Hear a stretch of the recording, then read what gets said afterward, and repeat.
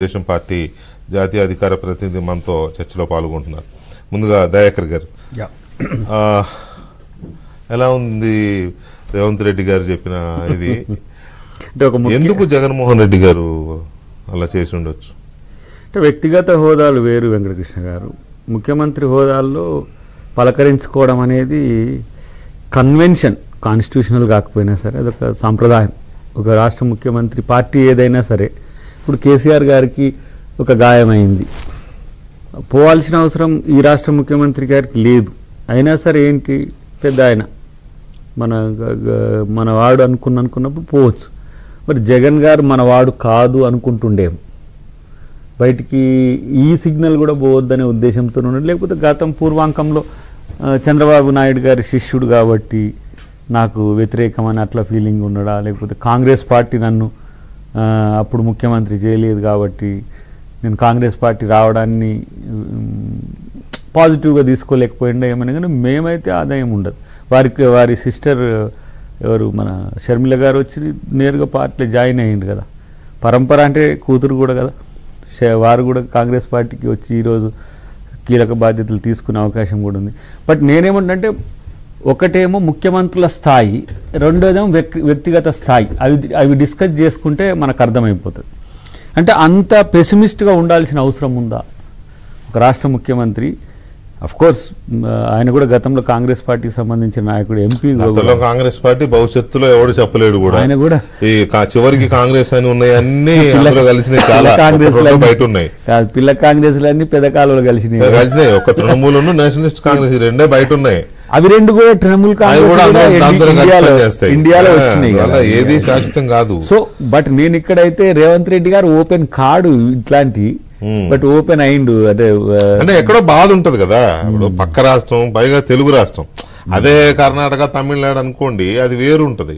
తెలుగు రాష్ట్రం నిన్నటిదాకా కలిసి ఉన్న తెలుగు జాతి రాష్ట్రాలుగా విడిపోయినంత మాత్రాన మరి ఇంత కడుపులో కత్తులు పెట్టుకోవాల్సిన అవసరం లేదు. ఇక్కడ వైరుధ్యాలు చూడండి. 4:30కి నాగార్జున సాగర్ మీద పోలీసులు వచ్చి కొట్లాడుతున్నారు. పోలింగ్ రోజు నైట్, ముందు రోజు నైట్. అరే ఎప్పుడు లేదు అసలు, అది ఏంది? సెంటిమెంట్ రాజేసే ప్రయత్నం చేశారు. అలాంటప్పుడు నేనేమంటున్నానంటే, మీకు కేసీఆర్ గారికి వ్యతిరేకత లేదు, మీరు ఇప్పటికీ కలిసే ఉన్నట్టుగా దానికి మూలం భాజపా అంట. అంటే భాజపా లైన్ అది. అంటే బీజేపీ తన అనుయాయులను ఎవరిని కూడా కాంగ్రెస్ దారం. అలాంటప్పుడు ఇప్పుడు రాయలసీమలో ఎత్తిపోతుల పథకం ద్వారా ఒకటే పెద్ద పంచాయతీ, మళ్ళీ నాగార్జున సాగర్ అసలు అంటే ఇంత పచ్చిగా కూడా రాజకీయాలు చేయవచ్చా అనే ఒక స్థితికి తెలుగు ప్రజలు, అసలు ప్రజలకేం సంబంధం లేదు, ప్రజలు ఎవరు కొట్లాడలేదు, ప్రజలు ఎవరు కోరుకోలేదు అసలు ఈ కొట్లాటని. మళ్ళీ సీన్ కట్ చేస్తే, ఈ రాష్ట్ర మాజీ ముఖ్యమంత్రి గారిని పరామర్శకు వచ్చిన వ్యక్తి ఈ రాష్ట్రంలో ఎంటర్ అవుతున్నప్పుడు ఇక్కడ కాంగ్రెస్ పార్టీ ముఖ్యమంత్రి అయింది కొత్తగా అని చెప్పి గుర్తు రాలేదనేది అనుకోవడానికి అవకాశం లేదు. గుర్తు రాకపోవడం ఏంటి? పక్క రాష్ట్రంలో ఎలక్షన్, తెలంగాణ ఎలక్షన్ అనేది దేశమంతా చర్చ జరుగుతున్న రాష్ట్రం కదా, జరిగిన రాష్ట్రం, ఆ రోజుల్లో జరుగుతున్న రాష్ట్రం. పైగా ఆయన ఫండ్ కూడా ఆపిండని ప్రచారం జరిగింది. ఇప్పుడు ఆయన ఒప్పుకోరాడు కూడా, అంటే డైరెక్ట్ గా చేస్తాను లేదు కానీ మౌనంగా ఉన్నాడంటే దాని అర్థం అదే కదా. ఇంకో రకంగా పరోపకార బార్డర్స్ లో సహకారం కూడా బీఆర్ఎస్ కు ఉన్నది కదా. అది మనం తేల్చలేనిది. కానీ ఒక మిజోరాం తప్ప, అంటే మిజోరాం నార్త్ ఈస్ట్ లో ఉంటుంది కాబట్టి పెద్ద చర్చ లేదు. కానీ ఛత్తీస్గఢ్, మనకు రాజస్థాన్, మధ్యప్రదేశ్ లో కాంగ్రెస్ పార్టీ పోయింది, కానీ ఇక్కడ వచ్చిందనేది దేశంలో పెద్ద చర్చ. అవును, దట్టు అదే అంటున్నా, సామాజిక వర్గంగా కూడా ఇద్దరు ఒక కమ్యూనిటీ. అంటే అంత కక్షపూరితమైన ధోరణి అవసరమా అనేది ఒక చర్చ. పైగా ఇంకోటి కూడా దయాకర్ గారు, రేవంత్ రెడ్డి అనే పొలిటీషియన్ ఒక సంచలనాత్మకమైన పొలిటీషియన్.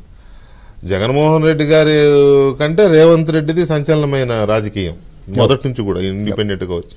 ఆయన వాళ్ళ నాన్నగారు చనిపోబట్టి ఆయన వచ్చినాడు, కానీ అదర్వైజ్ కదా, వారిదేం పరంపర రాజకీయాలు కాదు కదా, కుటుంబంలో రాజకీయ నాయకుడు కూడా లేడు ఇప్పటికి కూడా. ఈయనేమో గాడ్ ఫాదర్ అనేవాళ్ళు లేకుండా ఎదిగిన చంద్రబాబు నాయుడు గారు చేరదీసి ఉండొచ్చు, అది వేరే విషయం. సో విక్రమ్ గారు, ఇది అంటే చిన్నప్పుడు స్కూలు పిల్లలు కొట్టుకోవడం అనేది ఒక టైపు చూస్తాం మనం. వాడికి ఏదైనా 4 మార్కులు ఎక్కువ వస్తే తట్టుకోలేకపోవడం, ఇట్లాంటివి చేయడం.